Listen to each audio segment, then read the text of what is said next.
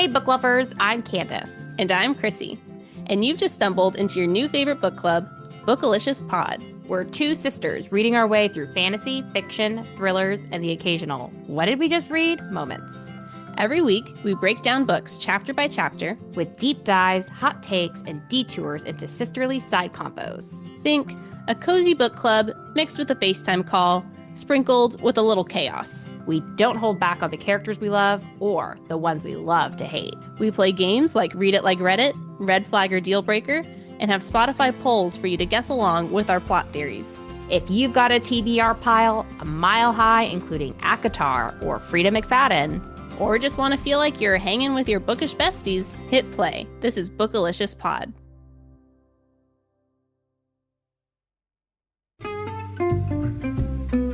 So, audience, peek behind the curtain. Holidays are here. We are busy. It's crack of dawn. Just kidding. It's 8 o'clock. Basically the same. Basically the same. We have 90 minutes to get this done. We're going to do it. We have a hard stop. I don't feel like there's a ton to talk about, maybe. I kind of feel like that too. Especially, I've gotten to chapter 16. Okay. So definitely stuff has happened, but I got through 16 up to 17. Oh, wow. That's great. I thought I was really behind. No. So soon to be friend of the pod, Lexi, has been asking me to read this for like 6 months. And I found out the only way I can read a book is if it's for this book club. Yeah. Otherwise, no reading happens. So she's been asking me, what do you think? What do you think? And I'm like, oh, yeah, I'm on this page. And she's like, that's like 2 pages from the last time I asked you 4 weeks ago. I'm like, oh, I didn't realize you've had the book that long. I've had it for months, but I was smart because I said, well, Lexi, let's do a book swap. I'll read this and you'll read God of the Woods. So anytime she gives me a hard time, I say, where are you with God of the Woods? And she's like, I haven't read it. I'm like, okay.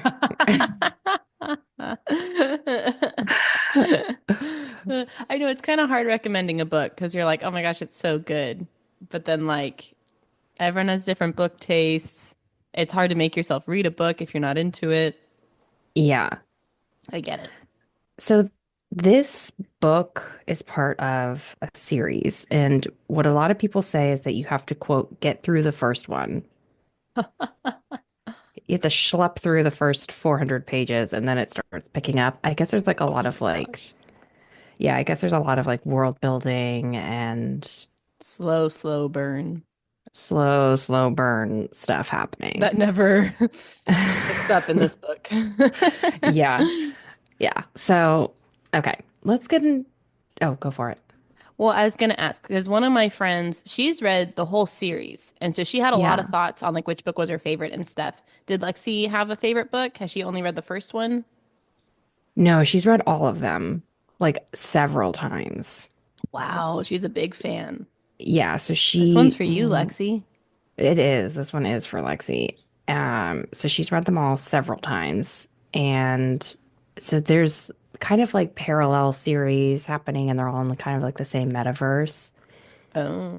I believe the ACOTAR, A Court of Thorn and Roses, this series is her favorite. But I think she said it's like her second book or the third book or something is when it's like really good. Yeah. That's what my friend said. She said book number 2 was her all-time favorite. And she said that when she first started reading it, people are like, oh, that's a really spicy series. And she's like, oh, really? And so the first book, she's like, oh, it wasn't too spicy. But apparently by book like number 7, the spice really kicks up. Okay. Yeah, because that's what everyone was saying to me. And I was like, all right, well, we're we're third halfway in and so far so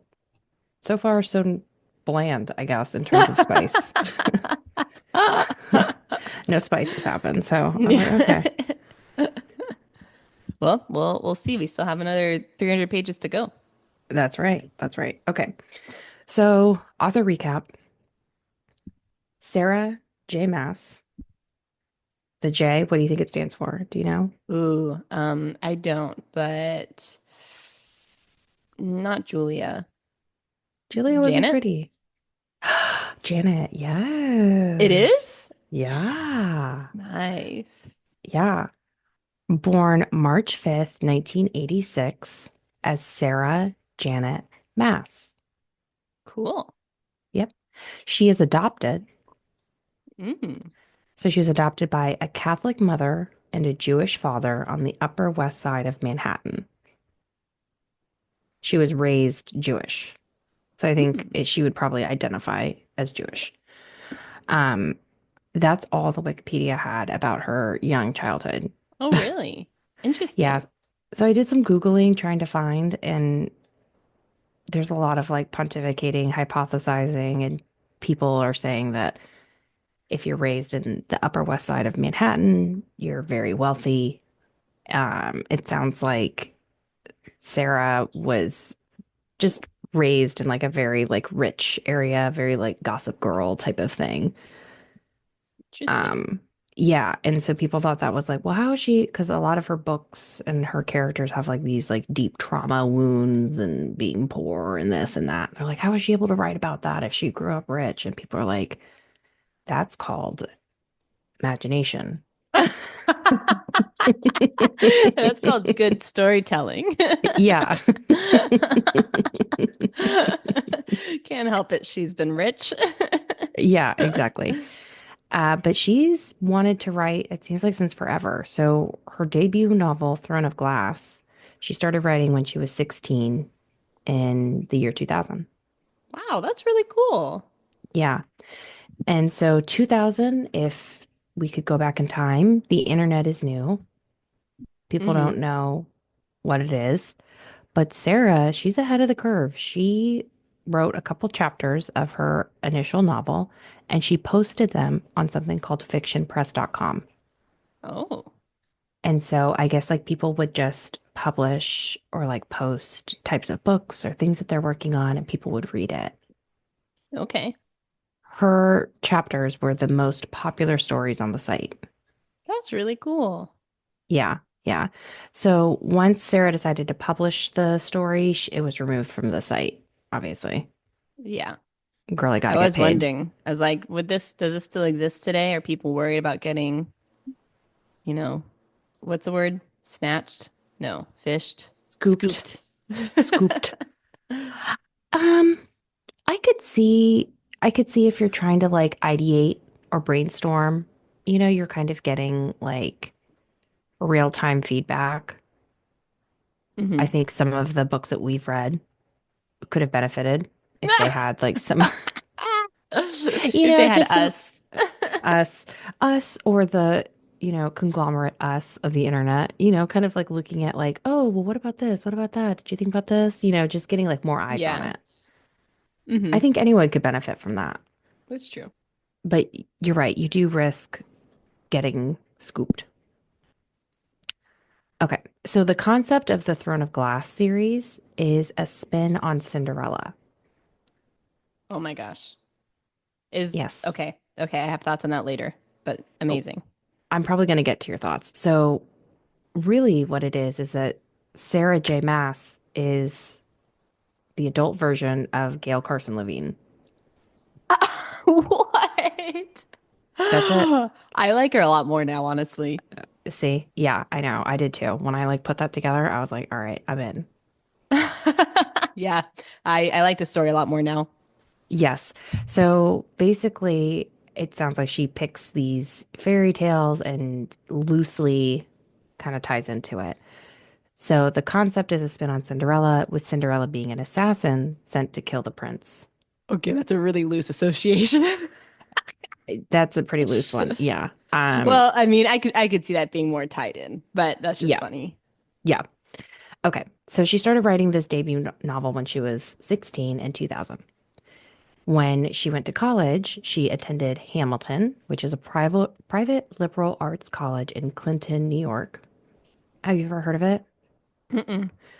Me either. So this was apparently one of the inaugural trustees of the school was Alexander Hamilton. I know him. Yeah, him, that one. It's been co-ed since 1978, once it merged with its sister school, Kirkland College. Okay. That's I'm where a all the Kirk. Costco That's graduates what come I was from. gonna say. Is Costco behind that one? I'd love to be a Kirkland brand graduate. Can you imagine? You're like, Oh I my went to the God. school of Costco. I got 3 degrees for the tuition of one. Oh God. Mm. Well, not at this school. You're not getting 3 degrees for the price of one. So the tuition is 65,000 per year. But do they have good Yep. scholarships? Okay. They did say that they have like a lot of financial aid, but I don't know how much you could have because it's a very small school. They had 2,000 undergrads in 2021. Yeah, someone's got to be paying. Someone has to be footing the bill, and it's probably Sarah J. Maas with her rich family. Like, let's be real. Okay. So while she was at Hamilton College, she met her soon-to-be husband, Josh Wasserman. He was a freshman and he was her RA. Whoa. Yeah, Spicy. spicy. Yes. She graduated in 2008. If we remember, that's the great financial crash. Oh, yes. Really, for most people, a terrible time to graduate. Yeah. Yeah. She should go back and get her 3rd degree from Costco. Well, she didn't need to, but others probably did. So she graduated magna cum laude, majoring in creative writing and minored in religious studies. Cool. Mhm. In 2008, she started shopping her Throne of Glass, and it was purchased by Bloomsbury, who then purchased 2 additional books for a trilogy of the Throne of Glass. Wow. Yep, and I looked at the bottom of my Court of Thorn and Roses book, and it says Bloomsbury. Oh, so they're still together. Yep. Mm-hmm. Glad that worked out. Yeah, I know. So they purchased originally 3, and then it was expanded to include 4 prequel novellas. Oh, okay, cool. So Throne of Glass has a total of 7 books, with 3 main ones and then 4 like side stories. Okay. In 2010, she also got married to Josh. So it sounds like she signed the deal, was like, I'm rich. Let's get married. Never have to go to Costco again. Never, never. Okay. So that's the 2010. 2015, Akatar, A Court of Thorn and Roses, is Sarah's second fantasy series, which is a loose retelling of. Okay, I had 3. Okay. Ready? Yep. It's um Cinderella meets Hmm. Schitt's Creek, but Oh, the main character is Katniss Everdeen. Okay, but now that we're going with Disney, Beauty and the Beast. Beauty and the Beast. Yes. Okay, there's some lines where I'm like, that seems like a direct play off of Beauty and the Beast. Yes. Oh, wow. Yeah. Okay. Okay. Hmm. I could see that. Yep. So she started this one in 2009. It took until 2015 for it to get published. I was doing some loose Googling. Lexi would know all of it, so we might have to get a Bring in ACOTAR the expert. correspondent. Yeah, bring in the expert. Apparently, it's in like the same metaverse as Throne of Glass, and it's like in the future, but like a parallel timeline. I was seeing Oh, something interesting. about people falling into a portal at the end of the first series, and now I Whoa. don't know. Yeah, things happening. Things that would make sense, I'm sure, and I would be totally behind if I read the books, but as an outsider, I'm like, this is crazy. The portal sounds pretty wild. the, Anytime you end a book with a portal, I'm like, you are definitely in a spaceship. Like, where are we? Quite literally. So this was originally set as a trilogy, but then there were additional books with spin-offs, that sounds like. So same type of deal. And it was going to be into like a miniseries adaptation by Hulu. It sounds like Hulu bought the rights and then they're just sitting on it, not in active Oh, development anymore. interesting. Okay. I don't feel like Hulu is the place for the production value. Do you feel like Netflix? I feel like it's got to be Netflix. So I'm Yeah. glad they're not doing it. Well, but they still have the rights though. Is it like so no one else can make it because they have That's what I'm thinking. rights? At some point they'll probably sell it though, because they paid money for it. And then if they Yeah. don't do anything with it, it's just like they paid money for nothing. They paid money so Hmm. Netflix couldn't do it. I Maybe that's know. worth something. I don't know.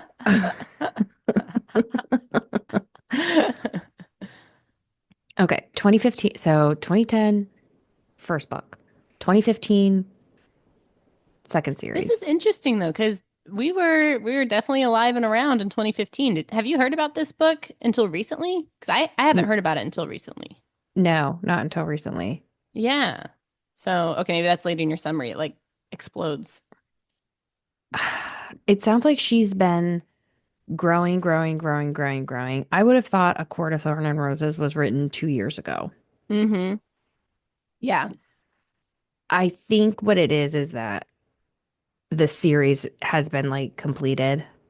Oh, yeah. And so maybe that's it. And I think it got swept up in the book talk of it all. I see.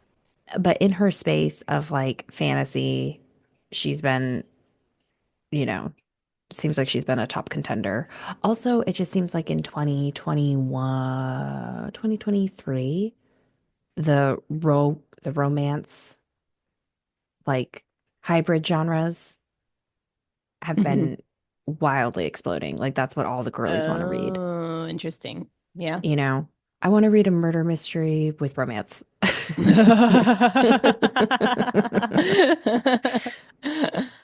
Those are my two favorite things. Yeah. Okay. 2015, second series is started. 2018, she has her Mhm. first kid. She has a son.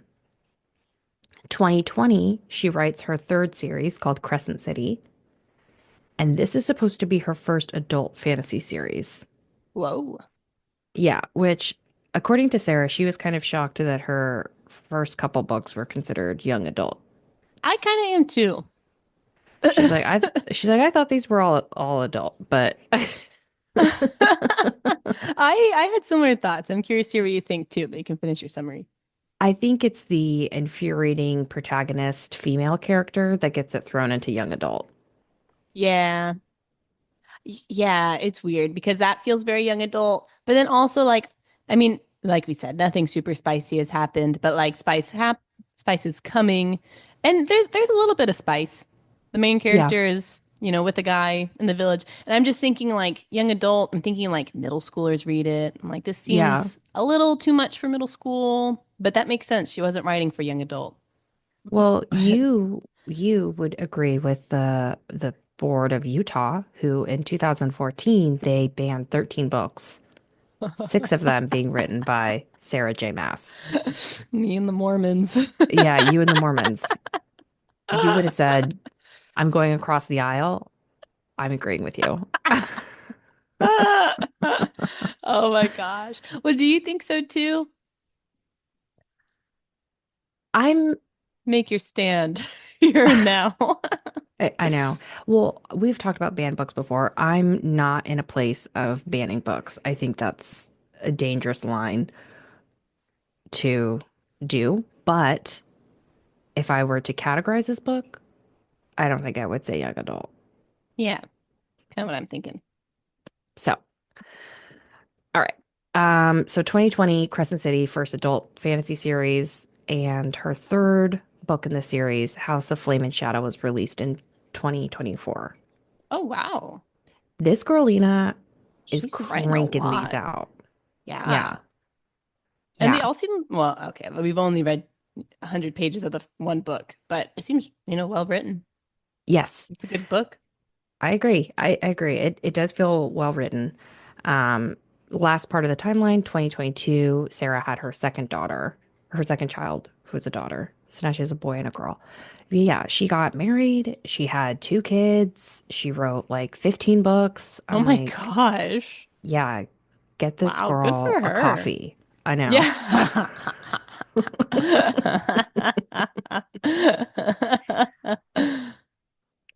The last bullet, and I thought this was interesting, is that uh, Sarah Maas is known for morally gray characters and world Hmm. building, and her success has been compared to that of J.K. Rowling. I could see that. Yeah, and this feels very much like Harry Potter-ish mixed with Twilight. Yeah. Yeah, I could Harry see that. Potter in terms of like quality writing, world building, and then the Twilight of the Romance. let's romance monsters.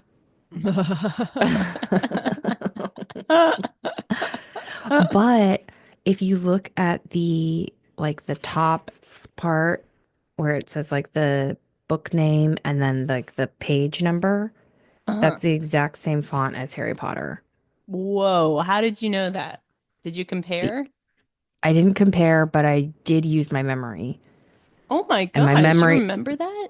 my memory says those are the same. Now maybe someone will come in and, you know, say different. I mean, it looks like it could be similar. I don't really remember Yeah. that much, but I just remember the numbers looking exactly like that. And you say, Candice, it's just Times New Roman. No, it's not. this is Absolutely this is a not. special font. It's a special magical font that's used for fantasy books, probably. Bloomberg, Bloomsbury, they knew. They said, we are going to Pavlov all of these That's Harry what I was Potter just thinking. writers. Yeah. Subliminally trigger. Yes. Okay, but that's the author recap. Wow, that's a great recap. Thanks. Yeah. All right. So we've forgotten again. Introduction, Our then intro. book by I think its we do our cover. intro now. Okay, let's do it. Yeah. All right. Well, welcome to Bookalicious, a podcast where two sisters chat about books we're reading. I'm Chrissy, And I'm Candice. and today we are finally covering A Court of Thorn and Roses by Sarah J. Maas, as you've just heard. Woo! Yes. Woohoo! Yep. After Candy vowed to never read a young adult novel, we're here. You know, I'm reading it and I'm liking it, but I'm also kicking and screaming as I'm going. I'm liking it more 120 pages in than I did in the first like 40 or 50 pages. And honestly, still, the main character, yeah, she's getting to me. I'm like, ugh, Like you are so annoying. We'll talk about it. yeah, we'll Okay, get there. but But let's first, judge let's this judge book. other things. Yeah. A good intro to the podcast where we just judge things. That explains some of our reviews, I guess. Getting a taste Speaking of our of, own medicine. yeah, speaking of, we do need a 5 star. So if you're here, give us, please, please. All right, let's go. Okay, great. So here we judge a book by its cover and we say, would we pick that up? Okay, we actually have two different books. I got mine from the public Oh, library. I like yours a lot better. It's not focusing in, but mine is this woman with like, I don't know. It's a like fur? it looks like fur, but also armor. So it's I don't know why my camera's being weird. Um, Put it in but front of your yeah, face. it's like armor meets Great Yeah. Gatsby. So that's Yeah. interesting. And you can just see like her nose and chin and mouth. Um, and then there's like some trees in the background. Hmm. And that's it. Red cover, lots of black on the front. That looks like a Romance. a romance Mm-hmm. novel, like one of like the kind of low quality ones that are going to It be does. in that mass production, and there's like 10,000 in the series, and this is like one of them. That's the vibe it's given me too. Okay, so you would not read. I know. Okay, this is the revamped cover. I like that one a lot more. This one, it's a really nice, soft, like red. That red, like it's like svelte kind of. I don't know how to describe. You know, when the Oh, it's like paper, textured? it's just like, when it's like really soft. It's like Oh, yeah, yeah, some yeah. I kind do of know what you're talking material. about. Yeah, Yeah, I don't and know it's what just that is. soft. It's soft, and then the words "A Court of Thorn and Roses" are kind of like embossed in this like brighter yellow, and then behind it is this mythological looking beast, which we know is the wolf. Oh, yeah, we do know. And I didn't know that until I read it, and then you see there's like An an arrow. arrow, Mm-hmm. an arrow in his chest. Wow. Um, would I read this? Mm, Would you pick it I've up? s- I've seen this so many times, and maybe it's because I was biased because I had already heard about it and was like, I don't want to read that. I don't think I would. I know. Yeah, now that we're talking, now that you said that, I'm like, you're right. I actually have seen this book a lot of times and I haven't picked it up. I've never picked it up. Yeah, so nothing against it. I think it's just the YA. I think also I don't tend to read a lot of fantasy books either. So it's kind of two genres. Yeah. So this book for a lot of people has been a quote unquote gateway into fantasy. I could see that. Yeah. Um, and it is. It's like I feel like if you've read a Harry Potter, if you've read a Twilight, it's gonna give you like those similar vibes and you're gonna like it. Yeah. And I feel like there's a lot of world building, but I know it's going on still. And I feel like she does a good job explaining it. Allison. Allison. A little two steps too high for me. Yeah. Allison is like in terms of like fantasy writing, she's like sage level. This you need to read every other fantasy book ahead of time. Yeah. Then come to me. Then then No, then you're all of ready. She's the Japanese final and boss. Irish lore. Yeah, she is. This is Yeah. Alison M. Kovacs Yes. for those unsure. Wrote a great Oh, book. We were just very confused. we really liked it. We're gonna read the second one. Yeah, But it is written like expert level. We were not ready for expert level. we sure weren't.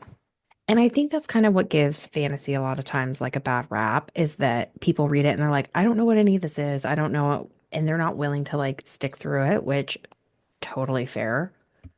Yeah. You want to read a book and understand it. I mean, Call me crazy.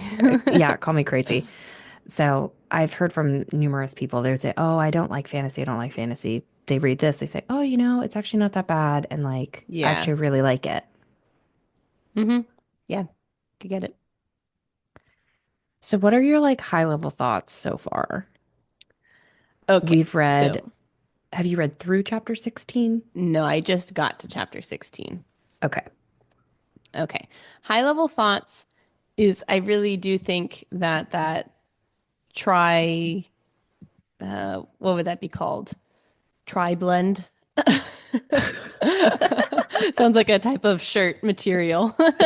Yes. The tri blend of Cinderella meets Schitt's Creek, but the main character is Katniss Everdeen. I really kind of feel like that holds. Yes. High level thoughts. The main character, she's getting on my nerves. She's just like she's so serious, but I get it that like that's kind of the background is she was like thrown into adulthood, whatever, so she has to be serious. But I'm just like, it would be better for you if you tried making friends here. I know. Like, why are you so distrusting? But I guess maybe I'm not fully grasping the weight of the background where it's like the fairies and humans had this big war and the fairies killed everybody. It's like, oh, maybe I wouldn't be trusting either. But I don't know, at least pretend to be trust. I don't know. She's just kind of bothering me. But maybe I don't get the background. I don't know. But it's growing on me. I'm more into the story now. Yeah. As she's kind of warming up, it's getting better. But I would say I don't think it can be YA, young adult genre, unless the protagonist is a female character who is infuriating. I felt the same way about Katniss. I would be curious to reread that because I don't remember thinking that about Katniss. But maybe it was the exact same because she is giving me Katniss vibes. It's like legit the exact same. Everything is so serious. And then her and that freaking love triangle. I'm like, how can you not figure this one out? You have one who treats you like dirt, and you have one who's nice to you. Like, come on, Wait, you're talking about Katniss or this book? Katniss. Oh, okay. I was like, wait, where did this develop? Okay. Yeah, who's the But third? No. okay. Yeah, I could see that. But you know what? Maybe, well, I was going to say maybe Sarah Maas knows her audience because I loved The Hunger Games in middle school. I thought it was so good, but she wasn't writing for middle schoolers. So I don't know. Well, I think the proof is in the pudding, and this has been on the New York Times bestsellers list for like 5 years. I guess you're right. I maybe, yeah, we're the problem here. Which honestly, this kind of goes to we're like, oh, this book feels like it came out of nowhere. But if it's been on the New York Times bestsellers list for 60 weeks, that's Oh five my years. gosh. That kind of means that it's not out of nowhere. It kind of means we're actually out of the loop. Yeah, it means that we haven't been reading, probably. That's true, actually. Yeah, we're professional book clubbers who choose books from the New York Times list, and we haven't read this one. Yeah. Okay, time out. All right, not 60 weeks, 36 weeks. Oh, really? Okay, so it has been recent. It's been within the last year then that it became bestseller. Wow, Yeah, was that TikTok? it is probably TikTok, and it might oscillate. You can come Okay. off and on the list. But Hmm. yeah, so it definitely seems like there's been a resurgence. Okay. Well, we're just here to jump on the bandwagon That's before right, we're Hulu releases bandwagoning. their series or releases their rights to Netflix. But yes, Feyre, I find it's Feyre, right? Yeah, but I totally thought for the first few pages it was pronounced fairy. And Oh, I was like, she's meant to be with the fairies. It's in her I name. Feyre. I thought it was Feyre, which is like fairy. Yeah, yeah. I thought it was basically fairy. Yeah. Oh, So, and then they had a helpful pronunciation later where they said Feyre. I said, oh, I thought that was clever. the name? J.K. Rowling, the pronunciation. Oh, yeah. No, I appreciated that. J.K. Rowling had the same thing with Hermione Granger Good choice. because, well, because I guess that's like a more popular name in England, Mm-hmm. but for all of the US readers, we couldn't figure it out. I remember being like, uh, I don't know. I remember thinking of Hermione? it, Hermione, yeah, Hermione? Herone, yeah. And then in like the third or fourth book, she has someone mispronounce it, and then she gets to do it phonetically. Yeah. And I was like, That's that's so smart. funny. Yeah, she Yeah. finally got the feedback on book four. They're like, no one knows how to say this name in the US. And she's like, ugh, She's like, those silly uncultured, Americans. yeah, those uncultured Americans not knowing how to read. Yeah. All right, fine, I'll help. Do they want pictures too? Yeah. Okay. Ready for the summaries? Yeah. Okay.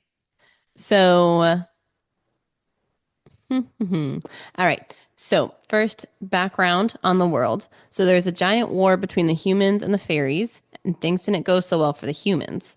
So, fairies basically now rule the land, and they have a lot of animosity with the feeble humans.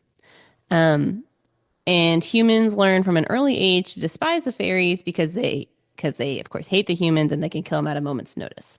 So that's kind of the tension between the fairies and the humans.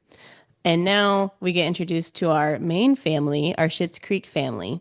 So they used to be wealthy. Did you think this too? I thought this family was infuriating. I didn't think of Schitt's Creek, but you're absolutely right. It's Schitt's Creek meets Cinderella. Okay, so they used to be super wealthy, but then they lost all their wealth, and I kind of forget from what was it from the war or It sounds like Pops made some deals with like the mafia, and then they showed up to collect and he didn't have any money, and then they literally broke his kneecaps. oh, that's right. That's right. Yeah, something like that happened. Yeah, they Yeah. broke his kneecaps, and only Katniss' daughter, her name's Feyre, only she was there to like watch, and I don't know. Yeah, it was crazy. So they lost all their money. They had to move into this hovel. That's what happened. So members of the family, like we've said, there's a dad who who doesn't have kneecaps anymore, so he can no longer work. So All he he does is just, whittle. He whittles all yeah. day. Yeah, he tries whittling his wood and he's like, maybe I'll sell it at the market. But he's, yeah, he doesn't do anything. He just sits around all day. He has So, like thousands and thousands of figurines. He's like, come on, go sell these. And then they know that no one wants to buy it. So they just like throw them out. Okay. oh my gosh. Yeah, poor guy. So that's the dad. There's two sisters who they're like the evil stepsisters, kind of. They remember their life of luxury and they think they're too good to be peasants. So they still pretend like they're rich. Oh my God. So they like to find things. They don't want to do any work, whatever. And they don't like the youngest sister, who is Feyre. And she's like Katniss. She taught herself how to hunt with a bow and arrow. And so now she provides for her whole family because their mom's dying wish was that Feyre look after everyone. So Feyre was like, this is my life's purpose now. I'm going to do everything I can to protect my family. Okay. I mean, good for her, but It's like you didn't even like your mom. You know what I'm saying? I have a lot of complaints about that. But yeah, I don't know. keep going. She's just incredibly serious throughout this whole thing. But Yeah. whatever. I guess they're in turmoil. It's time of war, so fine. All right. So while Farrah's hunting one day, she kills a giant wolf. She's like, "Whoa, maybe this could be a fairy in disguise." And she's like, "Ah, no, but I killed it. Can't be a fairy." Okay. She skins the wolf. She sells it on the market. She makes all this money and she's like, wow, we're going to be fed forever. She goes home and then who comes there but a mythical beast, aka another fairy, who said, hey, who killed my wolf friend? And Farah is like, it was I.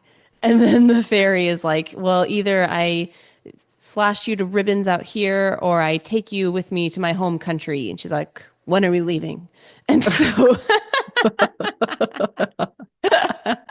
My bags are packed. I know. I've been waiting to get out of here. Honestly, Okay. me too. That's also one of my things. I'm like, why wasn't she more excited? She does say, she's like, I felt kind of bad that I was kind of excited to leave this place. Which I guess that all makes sense. So she's sad because she's like, I need to take care of my family. I've made this promise to my dying mother. I can't back out on it. So I can't leave them. But now she has no choice. She has to follow the fairy. She's worried that her whole family's going to die without her because she's been doing everything for them. But this is her life now. Okay. So the fairy guy, his name is Tamlin. We find out later, which reminded me of tamarind. You know that Tamarind. candy? It's like a Mexican Oh, I thought you were going to candy. say a Toblerone. Toblerone.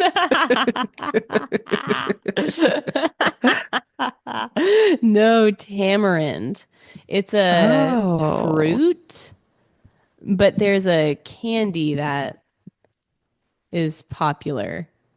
interesting. It kind of reminds me of a Yeah. fig Newton, the fruit. It kind of looks like that, but it's spicier. Oh, that sounds Hmm. good. Yeah, it is good. I mean, I think it's, you know what? It's from Africa and Asia, but I always associate it with like Mexican candy, so I don't know.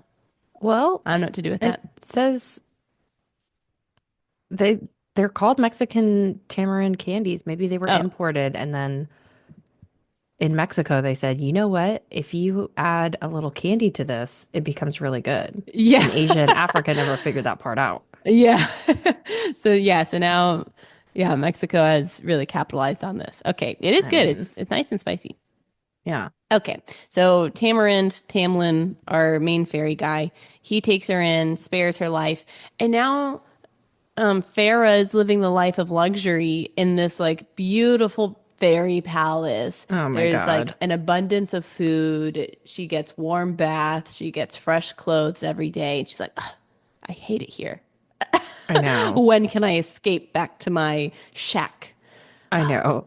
Oh my gosh. Okay. So anyway, she wants to escape, but it turns out there's no way for her to get out because basically there's this treaty between the fairies and humans. So there's like a binding contract now that like if she escapes, then like she'll have to die. Also, Tamlin, he he said that he took care of her family. He's like, I Tam don't Tam. worry. Tam Tam. Yeah, I like Tam Tam. So Tam Tam, sweet as candy, he said, "Don't worry, I took care of your family. So you don't need to go back there anymore. I rescued you." And she's like, "Still hate it here." Okay. None of that makes sense. Maybe it will make sense by the end. I'm I like, don't okay, know. Well, cool. she's just so infuriating because they're like, "What do you want to do? You have so much time. You can have a hobby. What is it?" And she loves to paint, but you know what she says? Nothing. I I know. don't want to do anything here. I'm like, "Ugh, well, at least like, I don't know, do something." Okay, whatever. So we meet Tam Tam. We also meet his right-hand man, um, Lucian. Yep. And yeah, so they're both fairies. They're both scary. Lucian and Feyre go out hunting together once or twice. Okay, fine. We learn though, the important thing we learn here is that the fairyland has become there's a blight where like something is happening with their magic. We don't really know what it is. It's like the bubonic plague or something. I was gonna say it's like the potato famine. The When they said a potato blight, famine. The blight does remind me of potatoes. because that's what happened Ah! in the potato famine. The potatoes got blights Oh and my then they all got gosh. rotted. And I'm like, oh my God, it is straight up potato famine. Okay, yeah, it's the potato famine. Tam Tam is the only one who can save them. Yes. Okay. So yeah, so you don't really know what that is, but apparently it's a big deal. And so Farrah is trying to figure out what this means because she's like, maybe if their magic's being affected, it's going to affect the humans too on the other side of the wall. And so then my family will be affected. So like I need to go out there and warn them and save them. So that's kind of become Jesus. her new mission. I know. Okay, fine. Goodness, Farrah, let it go. I know. Okay, so what happened in this last scene that we've just read is Farrah decides to go out and trap a mythical creature who will answer all of her questions because none of the fairies are answering her questions about this potato famine or about the contract that she's like now bound here to stay with the fairies. So she traps this mythical creature. She asks them all these questions. And basically, she learns that she has to stay there and that a blight has happened and the fairies are in trouble. Okay. The So end. the end. And then you know what happens? Some other mythical creatures come and they try to kill her. And so she risked her whole life for these answers, but that's fine. Okay. She's able to kill a lot of them, which I was like, really? I know. I'm like, okay, I'm cool. sure. Okay. Sure, sure, So sure. why not? So she's able to kill a lot of them, but she's about to be totally destroyed and shred into ribbons. They really like that phrase. Yeah. But who comes out of nowhere but Tam Tam? So Tam Tam comes and he shakes his maracas and kills the kills the creatures and brings her back safely home to their castle. Okay. That was a good summary. Thank you. Let's jump back in time to the horrible family. Oh yes, the Cinderella. The family is so horrific. It it's like I feel like this book would have been way stronger if the family was nice. Like at least make us want her to go back too. They treat her like crap Yeah. always, constantly. They never say thank you. They never help her. Okay, so on page 14 of my book, like the first chapter or whatever, Feyre gets the wolf. She brings back the deer. All she wanted was for her sister to chop the wood, and her sister's like, can't, I'll break a nail. Ah. And then she says, you stink like a pig covered in its own filth. Can't you at least try to pretend that you're not an ignorant peasant?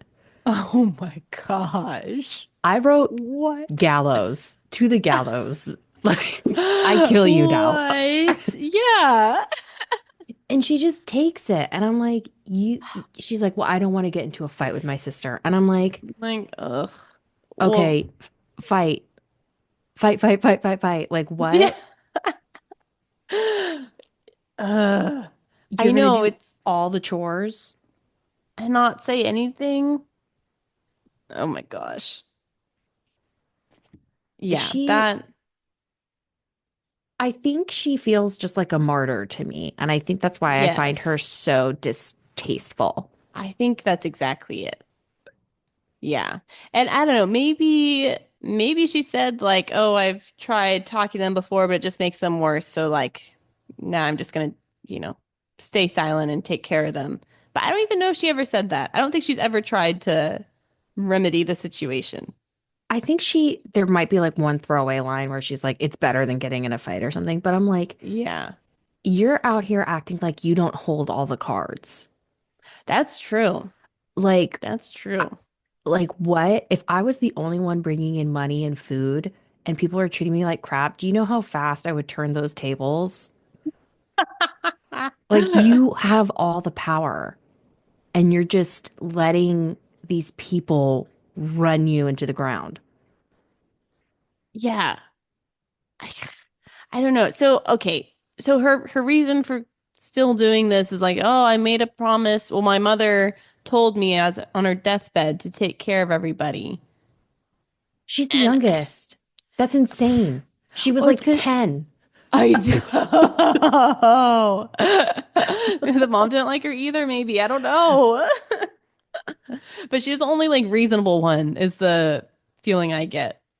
I, I'm just like, what? The youngest, like if she was the oldest, I could understand like a feeling of like responsibility. Yeah, Like Katniss was the oldest. I felt like that kind that of made more sense. made more sense. And her sister was so nice to her.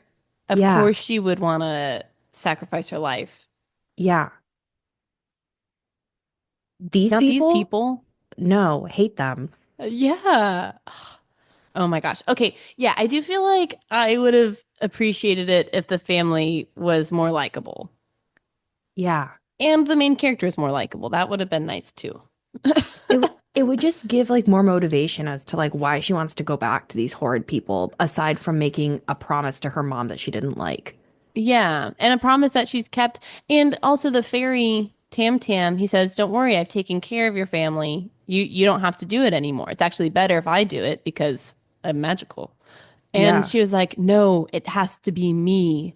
So I okay, some feeling I was getting from it too is that she's like derived her whole purpose from taking care of her family. So now she can't anymore, and she's like, "Who even am I?" So it's been this weird kind of like, I don't know, like Stockholm syndrome kind of thing where she's like, "This is all I am, is taking care of my parents or my family." And so now she doesn't have it. Now she like just needs to try to keep going back. I'm like, sounds like an unhealthy Yeah. relationship here. Well, again, it's like that martyr sense where it's like Yeah. if she can't explain why her life is horrible because of her family, then she has nothing left to talk about. Yeah. Yeah, that sounds right. And now she has the opportunity for the family to be taken care of and not her problem. And she's just like, wait a minute. What? I'm not the victim anymore? No way. Like, So you know what I'm gonna do? I'm gonna go out into the mythical forest that they told me not to go into and get myself killed so that I will still be the victim. oh my God. Literally, literally. And then she's Oh my like, gosh. then she won't trust anyone. And she's like, these people are out Ugh. to get me. And I'm like, okay. Okay. So yeah, yeah. So anything else on the family, or do you want to talk about fairies? Well, I had one note before we get there with the merc who bought Oh, yeah. so there was this mercenary who bought um The wolf hide. the wolf hide, and she just seemed very important. Mm-hmm. I was getting that feeling too. Yeah, and she said that she was like attacked by a fairy and she pulled back like the sleeve of her heavy jacket, and apparently she had like these twisted scars. And then so the line, I was like, what are you trying to say, Sarah? It says the woman, the merc, pulled back the sleeve of her heavy jacket, revealing a tanned, muscular forearm flecked with gruesome, twisted scars. The arc of them similar to, and then it goes off. She never finishes what the arc is similar to. Hmm. Okay. You know what that's making me think of now? What? I'm wondering, could that be a fairy undercover or like a fairy who defected from the fairies to be with the humans because that's That, kind of, oh, yeah, that's kind of how hmm Tam Tam's arm is described, right? Like really muscular. Oh, yes. But there was something with the twisted scars and like that imagery that did make me think of a fairy. Hmm. Oh, okay. So maybe there's a class of fairies who, okay, do you think that mercenary did she actually kill another fairy? Like, is she against fairies, but Well, I on the don't human side? know. I don't know because she bought that hide and she's like, this could be fairy. I don't think it is. And then I'm like, She totally knows it's fairy. yeah, was it fairy? And then you called like the fairy hotline I know, right? and put a tracker on her.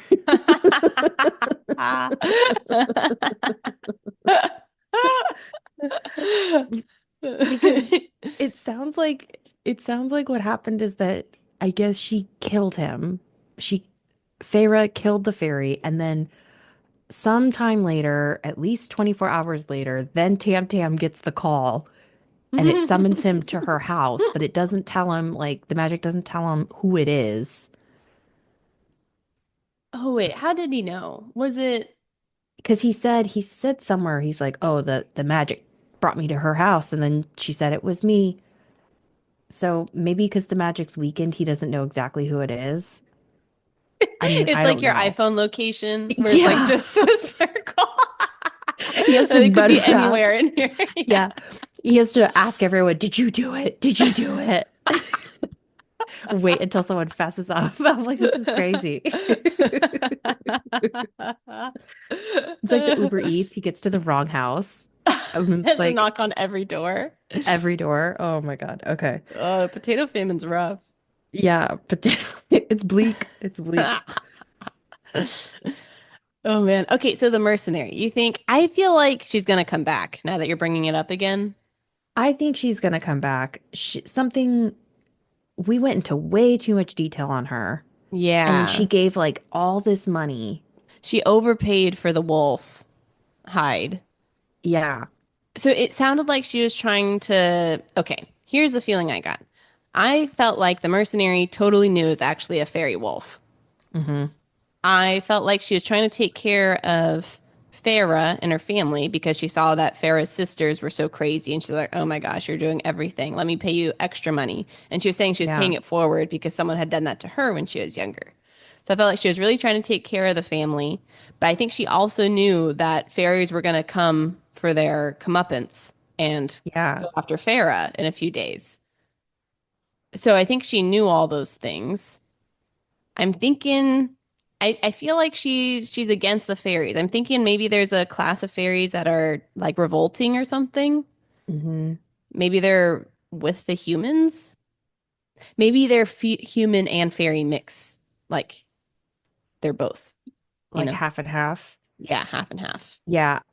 In my mind, where I'm going is that what cures the potato famine is Tam Tam and Feyre having a family. Oh my gosh. It always goes back to that. Yeah. Little tamarins running around. Little half tamarins, and then they're impervious to the potato famine. Like, And they get full magic. Something like that. Something kind of corny like that. uh, I don't know. Yeah, they're totally gonna end up together. Hmm. Yeah. The flame is burning. That's all I had for the Merc. We can go into the fairies now. Yeah, I think that's all I had too. Okay, so fairies. I think it's kind of crazy that Tam Tam is like, you killed my BFF. Let's have dinner. Okay, yeah. So it seems it's okay in the past few like pages. It's like maybe there's something else kind of behind why he took Farah in because he had two options according to the like fairy human contract. He could either shred Farah to ribbons because she killed a fairy, or he could take her into his beautiful home and be her friend for the rest of his immortal life. Yeah. And he chose the friend route. So that's nice of him. Yeah, it's weird. Well, okay, so Farah said she said I didn't know it was a fairy. Meanwhile, her inner dialogue was like, this might be a fairy. Totally gonna kill him. Well, okay. So one thing that he says is like, were you unprovoked? Because if you kill the Oh. fairy unprovoked, then okay, now you get to live in the palace. But it sounds If you like if it kill was unprovoked? yeah, like you just the fairy the fairy wolf didn't provoke her, Okay. didn't ask for it basically, then you go. But if it was provoked, like he was attacking her as self-defense, then I guess it's fair. Fair game. Oh. Then he wouldn't have to do anything to her because it was Right. fair. Oh, I Yeah. see. I see. Yeah. That makes sense. But it's like he kind of did provoke her. So I was like, if you hadn't lied, I guess the book would be over, maybe.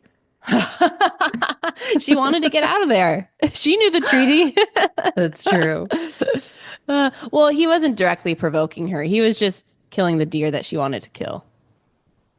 But So, then he turned on her. But yeah, you're right. I don't know.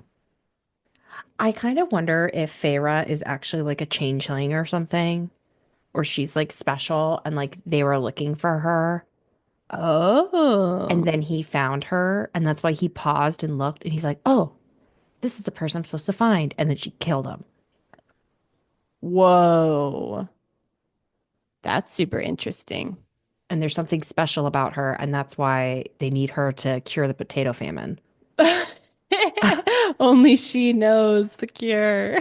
Only her. She's like a special fairy human hybrid or something. Oh, maybe That's the she was only thing. adopted. Yeah. Although they say that she Oh. looks like her family or something, but Hmm. I don't know. Yeah, is she just a human with like super extra great hunting skills that can kill fairies and other mythical Okay. creatures, Okay. self-taught off YouTube? Let's complain about that because she just taught herself like 3 years ago. She's And apparently like gaunt, no yeah, muscles, wasting and away. wasting away. She's out here killing things where they're like, oh my gosh, even I with my immortal powers can't do that. I know. I'm like, what? So that would be a clue if she actually does have magical powers. That would explain all that. So that I Which I might hope I might prefer that. I would prefer that because it would explain it. Because as it is now, I'm like, this is ridiculous. I do. Oh my gosh. Yeah, that okay. Okay, that could be possible. I didn't think I was going to go that route though. I was kind of No. thinking she's just a human. Like this is just kind of like Katniss fantasy where it's like just a normal girl who made herself extraordinary. I feel like that's the direction it's going into. I hope it's really that there's a reason why she's so powerful and amazing because it's like at this stage of the game, it just feels ridiculous. Yeah. I think so too. Um, okay. So you think maybe they were looking for her in particular? I didn't I'm think about that. wondering if I'm like trying to like think like how would this make sense and not be so irritating? These are the things that I would require for me to like look back and be like, "Oh yeah, this was a good book." One, Huh. we can't change this, but her family being nicer. Yeah, they're That already all was dead. Too bad. Too yeah, late. yeah, too late. That's already written. I don't think we can make them nice. Okay. But if they were like seeking her out, and that's why he was out there looking, Yeah, the fairies were looking for her. yeah, and the intention was like supposed to like talk to her and like calmly figure it out, but she is like a wild animal and killed the fairy instead. And now Tam Tam's like pissed, but he's also like, well, I guess that's what I get for sending a wolf to go find a girl. Yeah. Like, he's like, that was an oversight on my part. So he's like, I'm just gonna forgive it and I'm just gonna invite you to dinner and we're just gonna keep going with like the plan. Yeah. Okay. Why wouldn't he tell her at that point though? Because he realized he's like, this is the person that I need to talk to, but she is clinically insane. He's like, so we need to rehab her. We need to get her a hobby. I need to I need to teach her how to read. I need to get her some clothes. He's like, I didn't realize like the level of despair. So he's waiting until her mind is healed from its feralness, and then he can have a conversation with her. Oh my gosh. Interesting. Yeah, okay. I could see that. I'm thinking though how it's gonna go is she's just a normal human. He had the option to either kill her or bring her in, and he was like there is some mention at some point about Tam Tam's dad was, mean to their kind, and you think he's talking about humans. So, like, maybe he's trying to build a bridge between the fairies and the humans. He seems like he's a nice overlord over there. So, he's trying to he brought her in to kind of help, like, I don't know, repair that. She's And like then his what's gonna, token human. yeah, he's like, look, I'm nice. I promise. Maybe But he then, had like, oh, sorry, keep going. oh, no, you finish your thought. No, Don't no. forget. Okay. I was going to say, but then what's going to happen is she's going to be so incredible. He's going to be like, oh my gosh, you and I, we need to fight the evil powers together. And Yeah. she's just amazing because she's amazing. Okay. So that's probably exactly where the book's going, number one, which I don't love, but maybe by the end of Maybe it, there'll I be a will love it. twist. Yeah. What if Tam Tam is like, the other fairies are like, why are we helping these humans? Let's kill them all. And he's Hmm. like, they're not savages. They're good people. I'm going to go get one. And then he sends his friend, and then the friend gets murdered. And then he's like, "Ah, shoot. Okay, well, maybe I can bring one in and then show people how normal they are." And then he brings Feyre in, and he's like, actually, you are kind of a wild animal, like total monster. Oh my gosh. Yeah, he's like, dang it, this was the worst example for my exhibition. Yeah, he's like, you're actually proving me totally wrong. So that's why he's so invested on like, he's like, let me teach you how to write. Let me teach you how to read. Let's get you a hobby. Yeah. Like, Make yourself presentable. yeah, I he's could like see that. he's trying to get her an etiquette class so that he can parade her around to the other fairies and be like, look at how normal and similar they are to us. Like, they're worth protecting. Okay, I could see that. I kind of like that idea. Yeah, Okay, what do you think about Lucian, who's his right hand man, embassy guy? he's my favorite so far. Really? What do you like about him? He just feels real. That's what Farrah says. Yeah. He seems like annoyed about her, doesn't want her there. Very like reasonable, reasonable like thought process to someone who killed your friend and then skinned them and then sold their skin in the Oh market. my gosh. You know what? You're exactly right. He's the only reasonable one here. Tam Tam's just like, whatever, who cares? It was an accident. Yeah, Lucian's like, that could have been me. Yeah. Oh my gosh. Yeah. Yeah. Think you're right. I'm just glad Yeah, I she like him didn't too. eat. I'm glad she didn't eat the wolf. Yikes. That would That have would have been been really the. uncomfortable. I know. That would have. Yeah. Yikes. I kind of feel like how Feyre is acting is kind of like when I first got King and Jinx, our cats, and you Hmm. bring them in from like the dumpster, and you're like, look, this is your new home. And look, you don't have to like fight for food, and like everything you want is provided for you. And they're still like freaked out. That's how I feel like she's behaving. Yeah, that is exactly how she's behaving. Where you're like, But my gosh. yeah, but she's a Okay. human, not a cat. A lowly human. Oh. But I'm just saying, like, she should have more like cognitive reasoning. Well, okay, so that was my next question is do you think it's reasonable for her to be so distrusting of all the fairies in this palace because she's keeping herself really guarded, she's not really telling them anything, she doesn't trust them, and it's like because she's grown up her whole life thinking that fairies are just out to kill humans any chance they get, and like don't eat the fairy food because they're actually going to drug you. But now here she is, like eating the fairy food and like living with the fairies.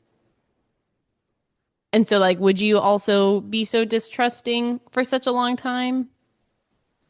Or do you I think at think this point you'd be fine? I feel like I would be distrusting, but I wouldn't be rude. Yeah, that doesn't make any sense. Uh, that's not going Uh, to help. yeah, I'm not. Yeah. They give her a whole feast and she's like, Yeah, not interested. You're like, oh my like gosh, I I feel like I would try to make nice or be polite. They're that not makes putting me, sense. yeah, they're not putting me in a dungeon. I'm not trying to Right. go into a dungeon. Right. That She's makes sense. she's so disrespectful and so rude. I'm like, you deserve to be in the dungeon, actually. Maybe her sisters were right about her being a peasant. Like, you didn't go to etiquette school. You don't get it. I, I don't know. I just feel like if they're treating you nice, then most, at worst, you should be like neutral. Be Yeah. like, please, thank you, not overly nice. I feel like you can balance playing the game while being distrusting. That's a great point. She has not learned that nuance. No, she literally is like a wild animal. Maybe that's the point. I don't know. Maybe. I think that's what makes it feel like a young adult book, though, like you were saying before. It's like Yeah. only like teen with a only someone with a not fully formed prefrontal cortex or whatever it is would be making decisions like this. But even then, I feel like if you were really like kidnapped and like brought to this place, you would not be saying the things that she's saying. Yeah, You'd be thinking them, that's true. but not Yeah. saying them. Also, she's like 19, She's right? old enough. Yeah. Like, but maybe it's just because her upbringing has been so awful. She hasn't learned all those social skills. I don't know. Seems I don't like it. I don't like it. It makes me feel like she's not smart. Yeah, I think you're right. She's like super skilled at hunting and killing people, but not tactful. And those aren't my favorite qualities. I'll be No. honest. I'd rather be with someone who's tactful than who's good at murder. Literally, literally, you're just like,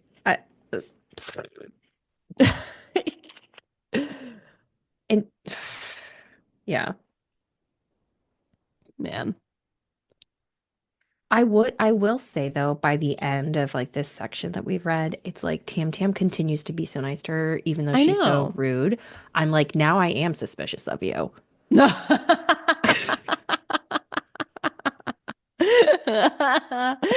Yeah, you've been around for a few hundred years. You should know better. Well, I mean, yeah, because you're like, okay, I killed your friend, skinned him alive, Feel no remorse. feel no remorse. I've been so rude to you.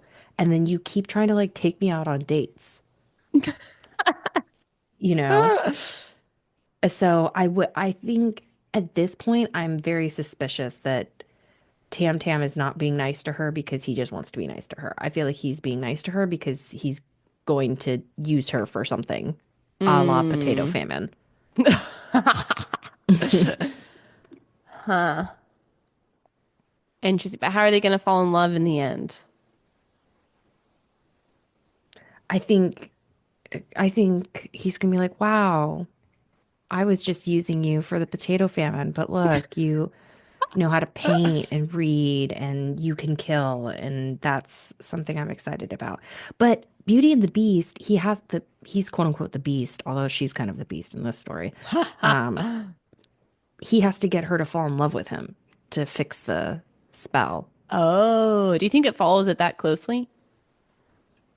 I think it's I think it's like their love is going to cure the potato famine. Maybe their love is, mending the fence between the humans and the fairies. Or maybe it's giving Oh. birth to hybrid fairy people that are impervious to the potato blight, you know?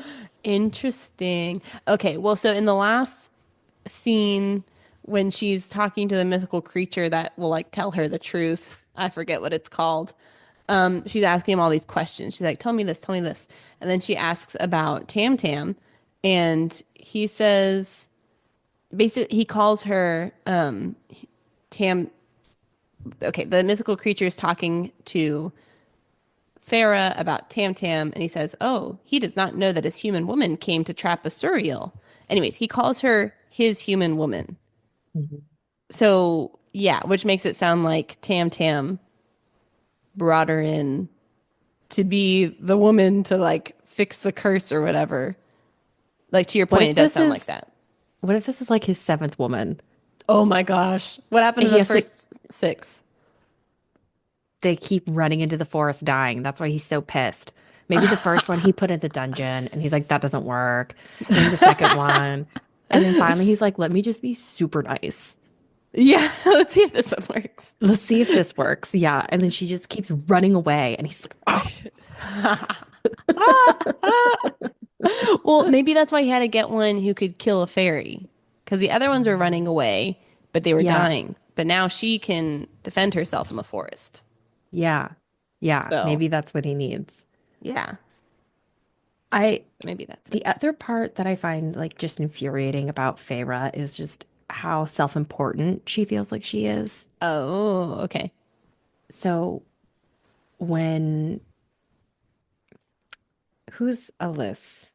Oh, That's one of the servants. yeah. And so they're talking about whatever, the history, this, that. And Alice says, it's none of your concern. And she's like, oh, I think it is. If this spills into the human world, if there's a war or da da da da da, like, I need to know about it. And I'm like, you are literally a nothing. Like, the human world, that doesn't make any sense. I don't know. To me, I'm just I like, I'm very confused about how this potato famine is going to affect the human world. If it like it's affecting the fairies' magic, which made me think it wouldn't affect the humans, but she seems to be very concerned that it's going to kill all the humans too. I'm kind of confused on that part. again, it just feels to me like the human world was not very nice to you. It sounds like it was a total like hellscape. Yeah, lean into this new life. Yeah, why are you so worried about this? It just, the motivation doesn't feel real to me, Yeah. other than I she's a martyr and has a savior complex. yeah. Yeah. I think so too. Huh. But yeah, I think what's going to happen is she's going to replace that savior complex with a new one because Tam Tam's going to be like, only you and me can save the world. She says, perfect. Yeah. New purpose for my life. I'm like, okay, All right. Here we fine. go. Here we go. Let's see. Anything else? Um, I did have a Beauty and the Beast line, Ooh. which, yeah. And I thought this before you even mentioned the Gail Carson Levine riff, Yeah. but she just takes, fairy tales and rewrites them. Okay, so it was like one of her first nights there, and Tam Tam goes, "I'll see you at dinner." And she thinks, it wasn't a request, but I gave him a nod as I strode off. And do you know that scene? This is not a Yes. request.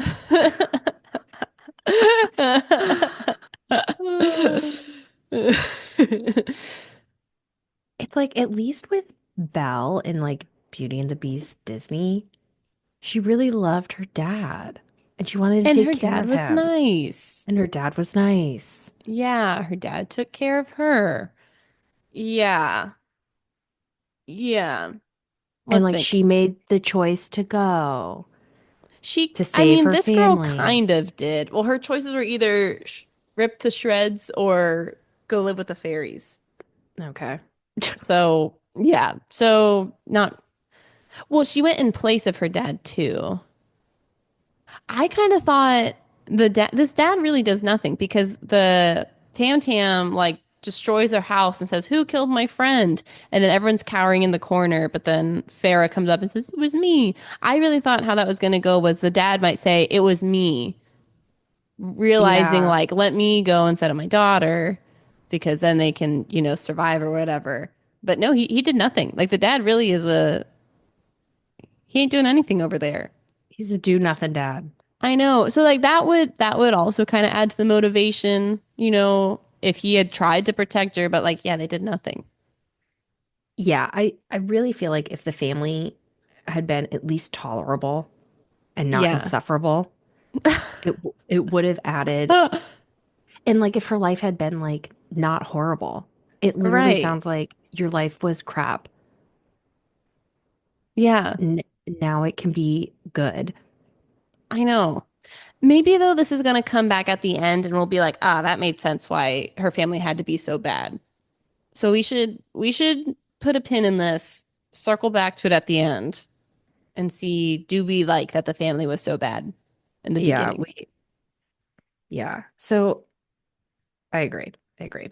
We were originally thinking, I was thinking three parts, but I don't know if three parts make sense. Like do you want to do more or less? Oh, I was thinking two. I think we Well, could do two. if we do three, why don't we read to page 300-ish and then see how we're feeling? That would be chapter 36. 35 rather. That sounds good. Yeah. Did you have anything else? Any other thoughts? No, I think we've kind of talked about everything. Yeah. It's like a lot kind of happened, but not really. Yeah, lots of world building, lots of plot. Yeah. Now I'm in. Yeah. Now So I'm more into the story. So that's good. I'm definitely more into it now. Um, but I see why I was struggling with it for the first 6 months. I was on page two for like a week until we were going to meet. It's like, oh no, I know. because she was just insufferable, like we said. She, So I that was just only couldn't. one page. I know. The first page, you were like, I can't. I It felt can't. too YA for me, and I was like, oh, I thought I liked YA, I was but gonna say, not I this thought you one. liked YA. Well, I mean, I don't really know if I like YA. I just like those John Green books. Oh my God. I feel like those John Green books are exactly the same. No. Insufferable protagonist, usually female. No, because I feel like with like The Fault in Our Stars, it's like I thought she had like different layers to her. Like she was funny. She also was like in a lot of pain and she was sad and all those things. And then this character, Yeah, she's just upset with the world and that's it. Like I know. I like, I know. think if she had some jokes thrown in there, I would like her a lot more. She is kind of like humorless. Yeah. Just I'm just yeah, always on the brink of death. My family's always on the brink of death. And Yeah. you know what? I guess they kind of are, but you kind of need jokes even in those moments. She hasn't I learned that survival skill. yeah, it's like you could still be like funny, good sense of humor, interesting person while also being on the edge of despair. There are people that Yeah. are able to like balance that. Yeah. She really Right? does seem insufferable. I'm kind of like, yeah, the family should be mean to her. She was probably like bringing them dinner, but like making them pay for it with her being there.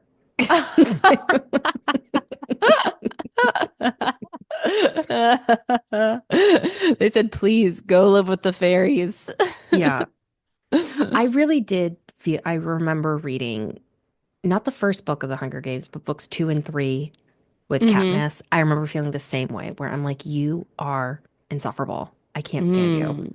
I but I don't want to remember see where the that. story goes. Yeah, probably I might think that now, but I don't remember thinking that Yeah. back in the day. Mm. Man, Mm-mm-mm. okay. Okay, so for programming, we're going to be doing Court of Thorn and Roses. Mm-hmm. That'll be the next two, possibly Or three three. episodes. We don't know. And then on Jan 13 or 13? 20th, we're going to do the end of year recap with our Exciting. questions. Send us your Yeah. questions. Yes, so definitely send us your What do we questions. want questions on? I feel like we need some direction, Um, or I we need think to give people anything. direction.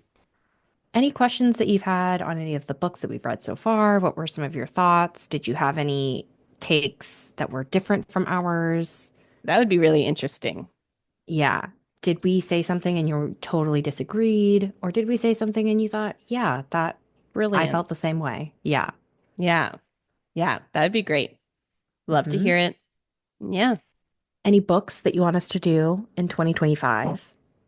We would also appreciate some recommendations. Although I feel like we have a good number of books like on our list. I think what's interesting is that now we've been doing so many books and these books have sequels. Oh, that's true. Yeah. So 2025 seems to be the year of sequels, is what it's going to be. And Yeah, and you know what? That's okay. that's okay. Yeah. But if you have any other books, new books that you want us to check out, well, write us, let us know. Yeah. And also, we really need some 5-star reviews. I was asking for reviews before. I don't know if I was specifying five. I was specifying five. Please give us a 5-star review on Spotify. We could really use it. Yeah. Merry Christmas to us. It'd be a great Mhm. gift. Yes, I agree. Yeah. Okay. Cool. Well, this was fun. This has been so fun. I'll see you next time. Yeah. See you later. Love you. Love you too. Bye. Bye.